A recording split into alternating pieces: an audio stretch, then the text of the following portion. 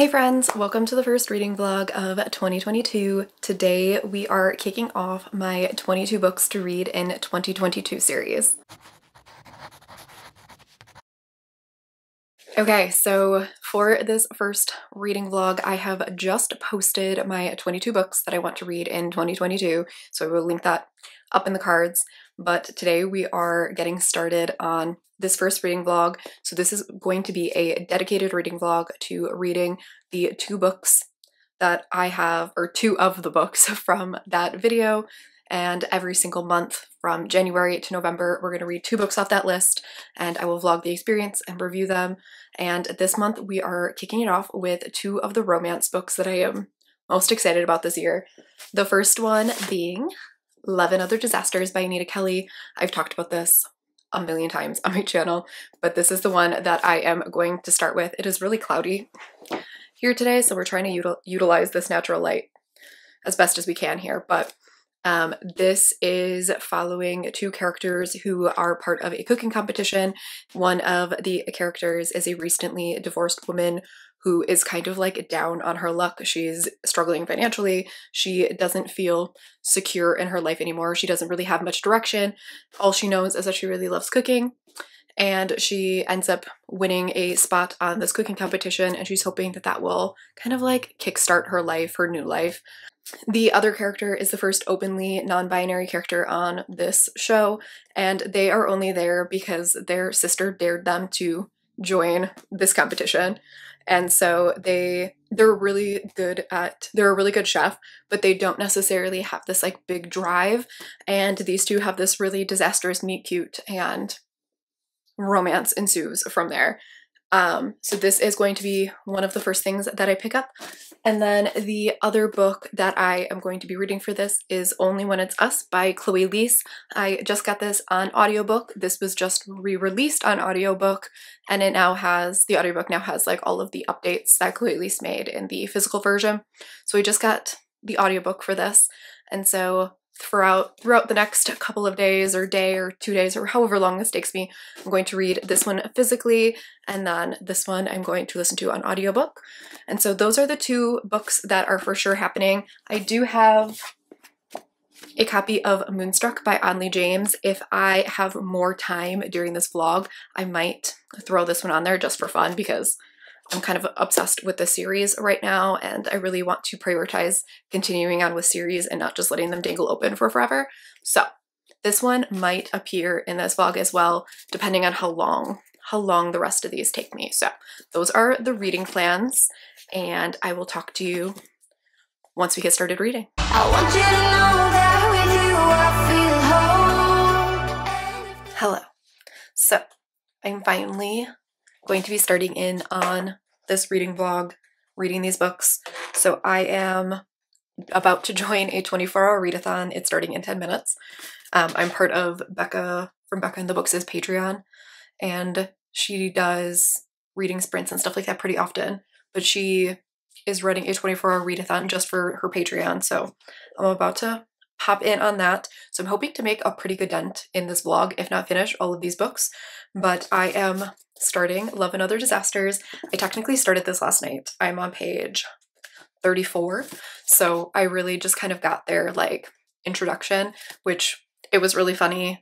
She like ends up embarrassing herself by like bumping into London and then like accidentally saying like some really embarrassing stuff about herself, and then after their like first like competition or whatever, she trips and she spills her plate all over the floor, and then they kind of have like a blow up. I say a blow up, but it was more just like a discussion.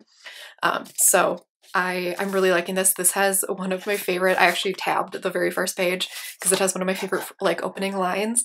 It says, Dahlia Woodson might have been shit at marriage, but she could dice an onion like a goddamn professional. And I thought that was so funny. So I'm going to read this. My plan for today and tomorrow is to really just do this 24-hour readathon. It's running from 1 p.m. my time on Saturday to 1 p.m. tomorrow. So I will probably make it closer to like a 36-hour readathon. I'm going to get settled, maybe fill up my cup of coffee and get started reading, and I will check back in with you when I have more to say about Love and Other Disasters.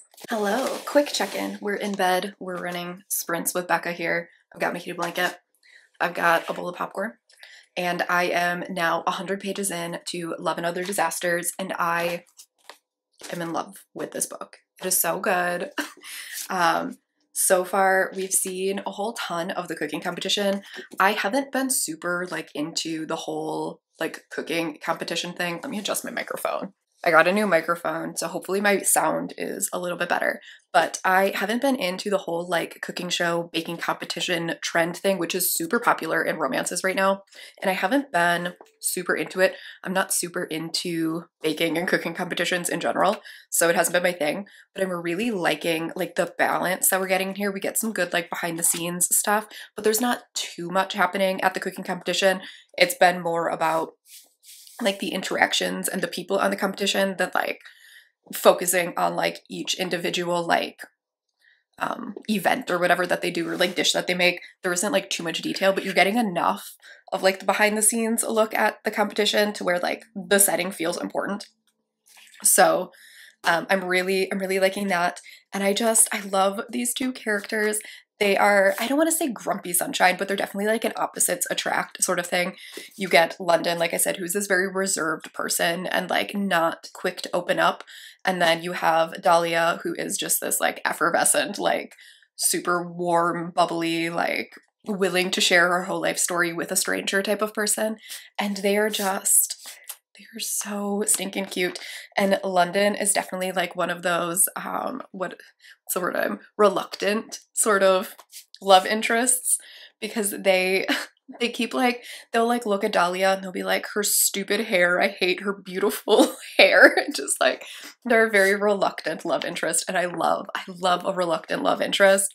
And so I really like all of the messages and themes and discussions being had in here. They're all like really good without being like too in your face. It's just, I really like how everything is written. I love the banter. They're having a discussion right now about Dahlia's marriage and divorce. And yeah, I'm reading this really quickly. I got through like 60 some pages in or like last 50-minute sprint. So I definitely think this is something that I will finish here.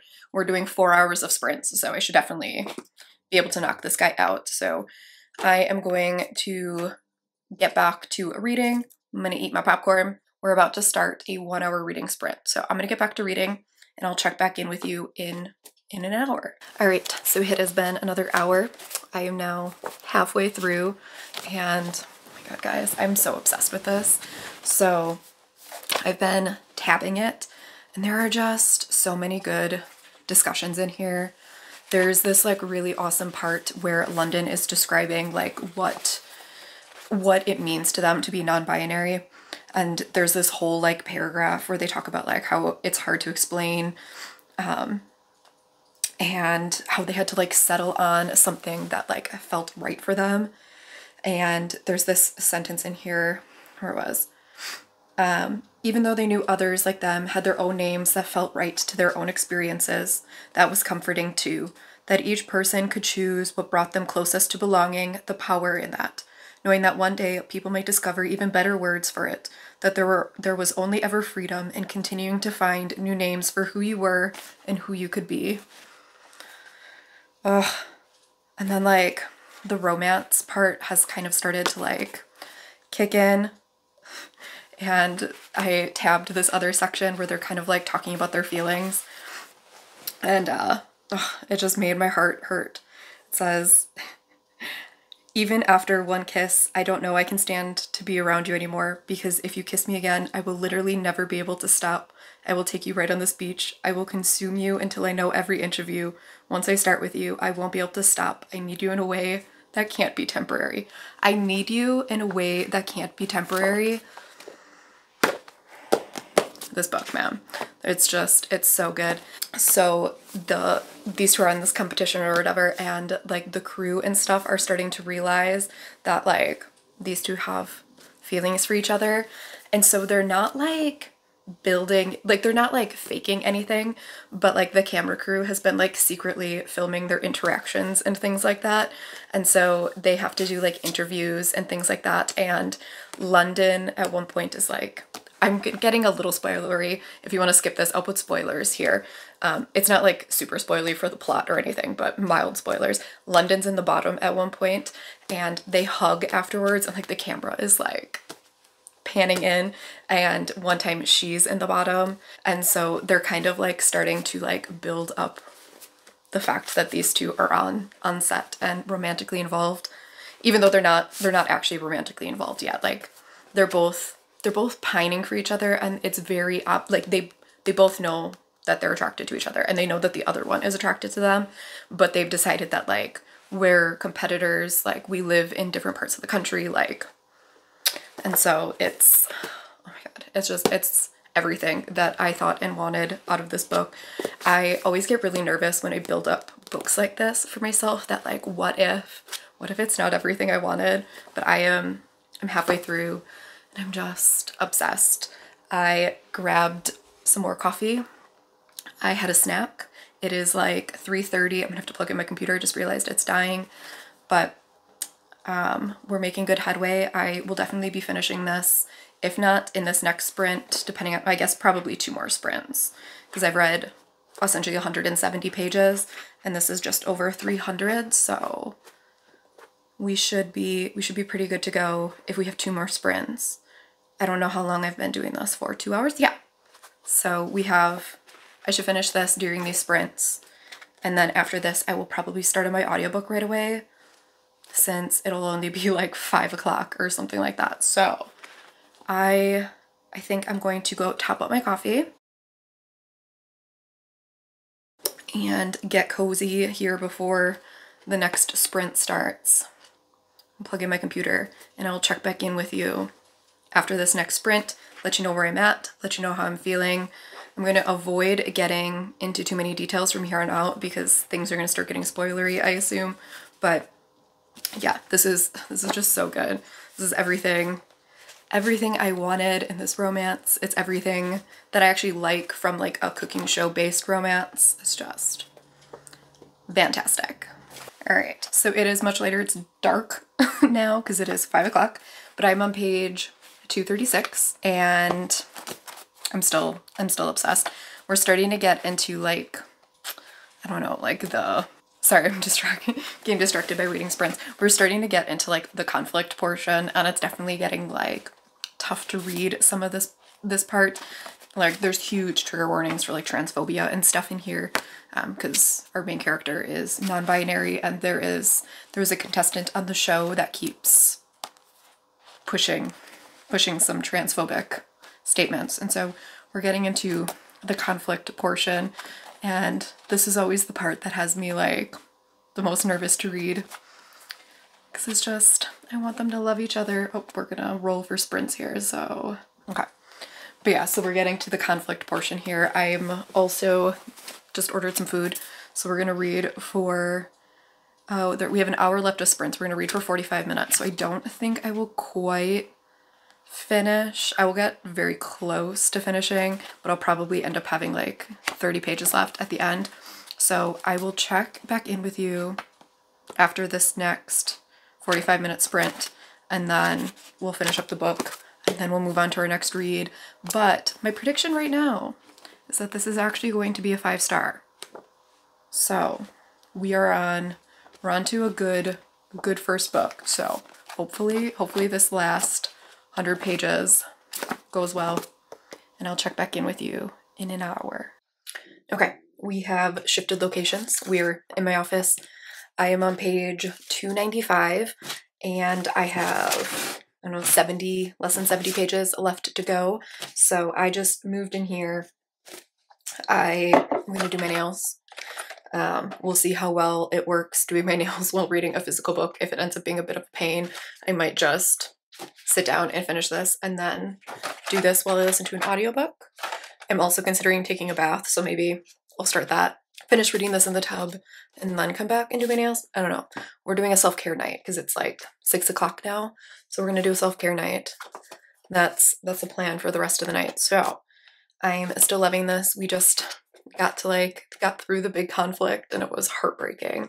So I'm not going to talk about any more spoilery things, but I'm really excited to see how it all wraps up from here, because this is one of those really good romances where you are like going through all of this stuff with them and you're like, how are you going to make it out the other side? Like, it's just really believable. Like, their struggles are very believable. And so I'm excited to see how we get to our happily ever after. So I'm gonna read these last 70 pages and then I will check back in with you and let you know if it ended up being a 5-star or not. Good morning. I did not end up checking in last night, so we are going to wrap up 11 Other Disasters. I'm going to apologize now for my appearance. It is 6 a.m. My husband is asleep, so you can see the bags in my eyes, but I'm talking a little quiet. And sorry if you can hear the dogs kind of like panting in the background, but this is what we got to work with. It's a vlog. This is what you signed up for. So I finished reading 11 Other Disasters while I was in the bath last night, and I'm giving this one 5 stars. I just really, really loved these characters so stinking much, and the romance was so cute. I had been avoiding any like reviews because this has been popping up a lot in like my subscription box, like on people's thumbnails and stuff. And hey, Naga, thank you. I've been avoiding any videos that have this or like any reviews. I haven't even looked at it in Goodreads in like months because I didn't want to be skewed one way or the other. I didn't want to see that this had a really high rating, and then I'd already put high expectations on myself to love this, and then I didn't want to see if it was getting bad reviews because I didn't want to like go into this like knowing that people aren't liking it. So I've just been avoiding reviews, and this actually has a really good rating. But I have seen some people say that they didn't think the chemistry was great between these two characters. And one thing I want to like, because I'm gonna wrap up this whole thing here, but this is a very quiet romance. This isn't like one of those romances that you go in where like the chemistry between them is like electric and like there's all of this like sexual tension and like all of this like intense feeling. This is a very quiet, slow, sweet romance. My cat is now like bouncing around on my tripod. And I actually really liked that because sometimes I love those like really chemistry driven, like intense romances, but that's not like my personal romance wasn't like that. And so this felt very soft and quiet and real, and it just, I really liked it. So I've gone over the synopsis of this a whole lot, but yeah, I ended up tabbing some of my favorite sections. I'm trying to think if there was anything else I really wanted to talk about at the end. I liked the conflict in here. There wasn't like a random third act conflict added in. There was like the main conflict and that was it, which I do like. I hate when there's like a random third act one just like thrown in for good measure. They didn't have any like unnecessary, there was enough trials, you know what I mean? Like in their own lives, they didn't need like another like external one thrown in right at the end. The like makeup happily ever after, happily for now scene was really cute. I liked the epilogue.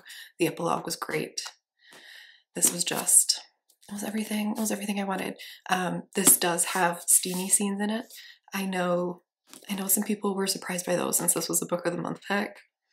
There are steamy scenes in here and they're good. So there's also, this feels really weird to say. I will say the one sentence in here I did not like. There's a toe scene in here. So if you don't like feet, beware. But overall, I really liked the romance in here. I'm giving this one 5 stars. It's my first 5-star of the year.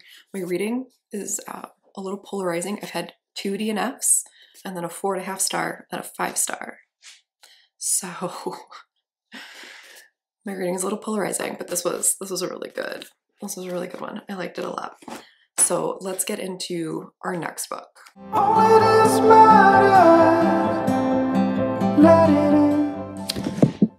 We're gonna move while we talk about our next book because I need to make my coffee.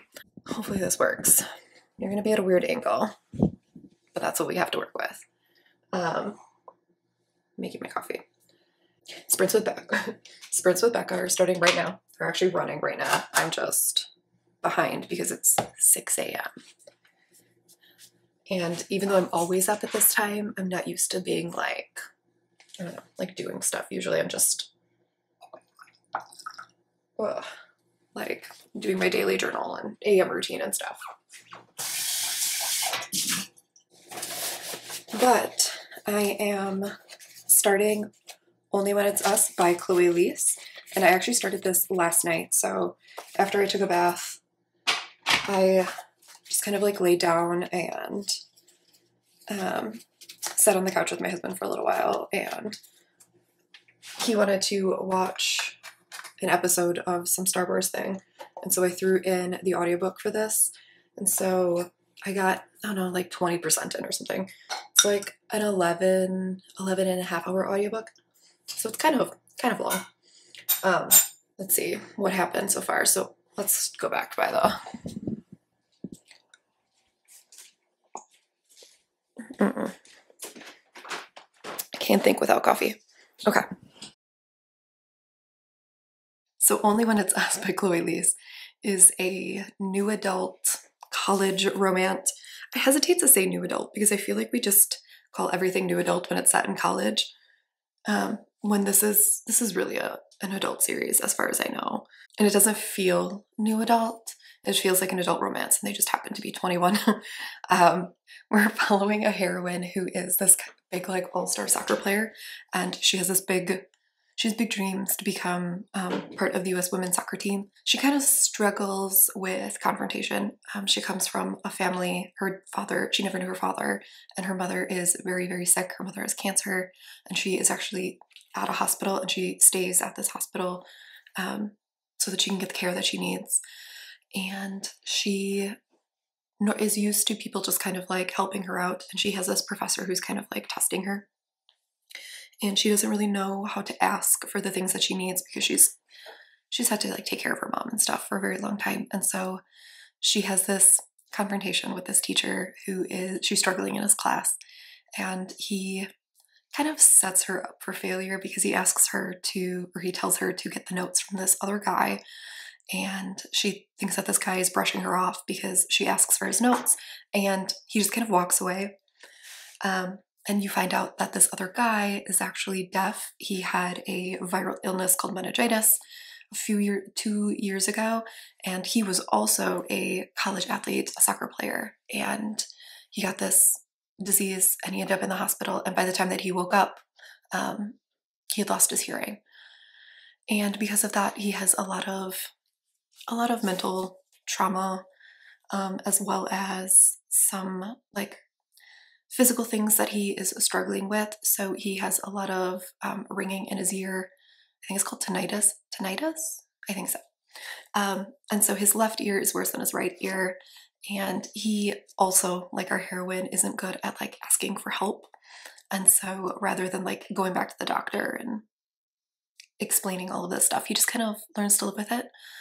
And so he doesn't put his hearing aids in or anything like that. And he talks pretty openly in there about how hearing aids from like an able-bodied person seem like a cure-all, and that's not how a hearing aid works, and it can be a lot more tricky than that. And so I really like that discussion in here. This guy does not speak because he can't hear his own voice, and he doesn't want to sound weird, and he's scared of people judging him and things like that, and so he does not speak anymore. Instead, he communicates through text messaging and instant messaging and writing down things. He can read some lips. And so the teacher, brother-in-law, keeps trying to like push him to do more, essentially. Our hero writer is really struggling with that because he feels like people are trying to push him to be like his old self when he now sees himself as like a new person. I'm getting really, I really like these discussions. Sorry, I'm rambling so much. But the two main characters end up getting paired in this class, like for a big project, like their semester-long project. You slowly watch them kind of like go from being enemies, and I hesitate to say enemies because they just had like this one like weird meeting. So I don't want to say like this isn't necessarily like enemies to lovers. It was more like bad first meeting to lovers. But they clearly are very attracted to each other, but they just kind of they're just different people. She's very headstrong, and Ryder, who is our hero, is just very quiet and reserved. And he just wants to kind of be left alone and in his own bubble. And Willow really pushes him, and he really kind of like draws Willow back in. And so they're just very different people, and so they butt heads a lot because they're both pretty hard-headed. And Ryder isn't afraid to tell Willow when she's wrong, whereas Willow's used to everyone just kind of like going with what she wants. And so it's been really great like watching them like open up to each other while they're working on their project, and like they cook for each other and they do really sweet things, and they know that the other one is attracted to them, and so they've been kind of like playing that up. It's really cute. I'm really liking it. Like I said, I'm only like 20% in, so I'm going to sit here and drink my coffee. I need to feed the dogs, but they eat really loudly, so I wanted to film this clip first. My plan for this morning is I have sprints on. I missed the first one, but it seemed like it was a short one. I am going to do my nails. I have my new nails to do here. So I'm going to do that. And then I'm going to listen to some more of this audiobook, and then do a couple of sprints while I drink my coffee and feed the dogs and just do my morning stuff here. And then I'll check back in with you after that because I'll probably get a good way. I'm listening at like 2.5 speed. I think Audible said I had 3.5 hours left. So I will check back in with you when I'm done with my nails. That'll probably take me about an hour. Maybe we'll get through another sprint. It looks like we're gonna roll. So I will see you in a bit. Hello. Hopefully the heater isn't too loud, but it's freezing. So I have my space heater on. I have not updated you at all since I've been reading. I only have like an hour left in the audiobook for Only When It's Us, and I'm completely obsessed. While I am breaking out so bad.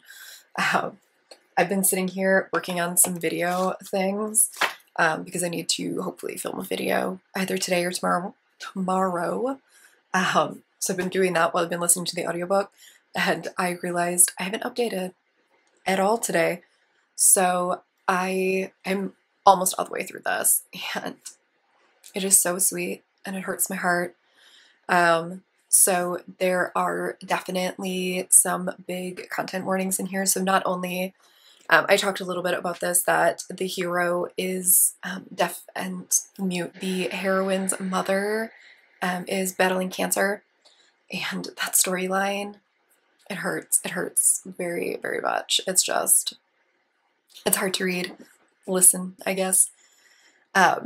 So yeah, that one breaks my heart a little bit. I love their banter and like bickering, and how there's the kind of like the discussion of like how close like hate and love are to each other, and like how those two emotions can kind of overlap. It's really good. I love all of their interactions and their chemistry and everything like that.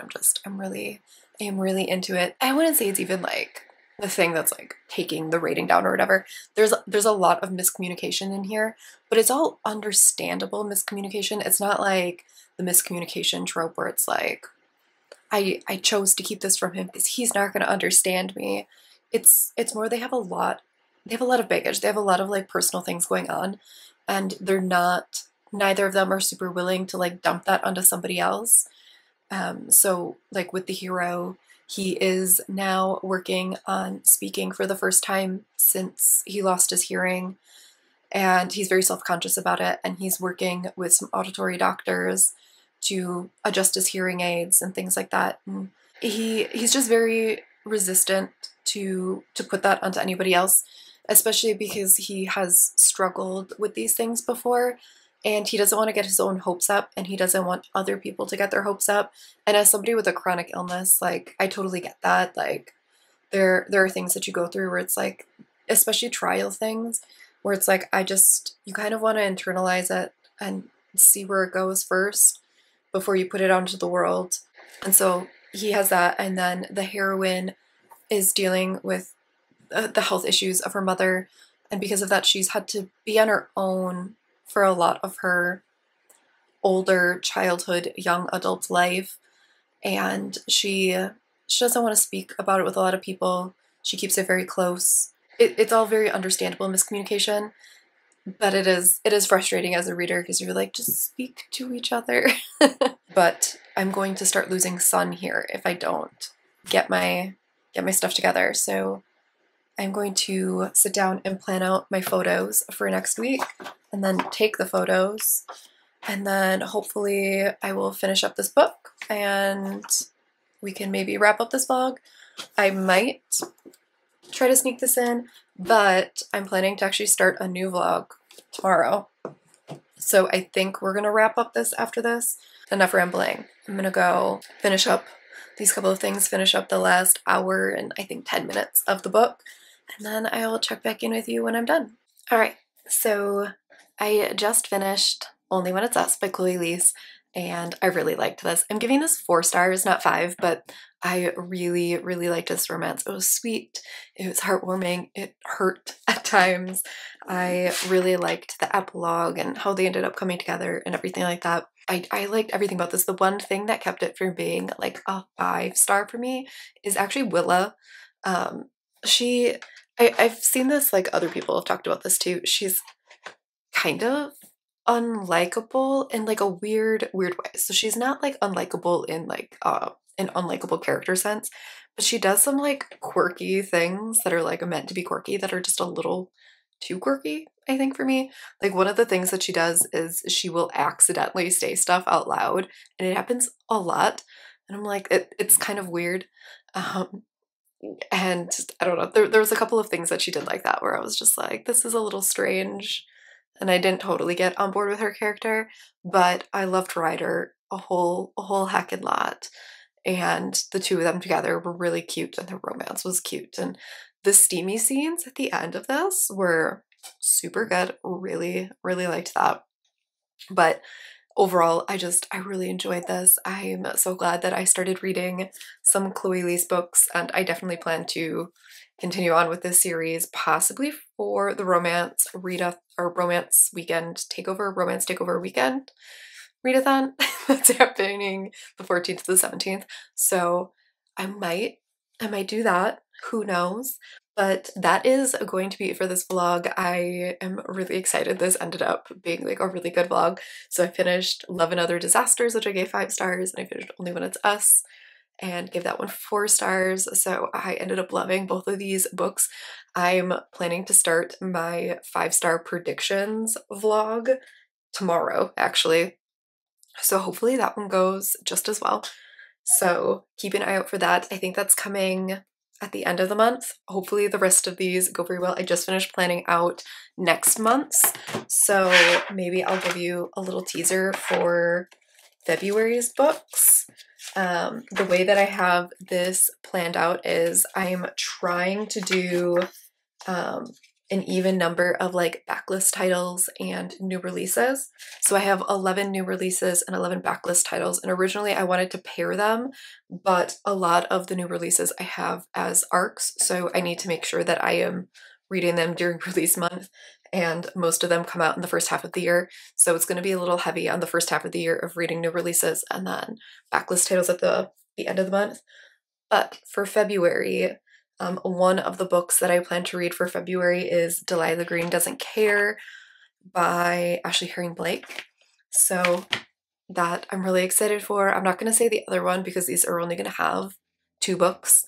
They might have 3 sometimes, like if I had time I would have fit Moonstruck into this one, but they're going to be guaranteed 2 books. I don't want to give them all away, but I will catch y'all in my next video. Bye!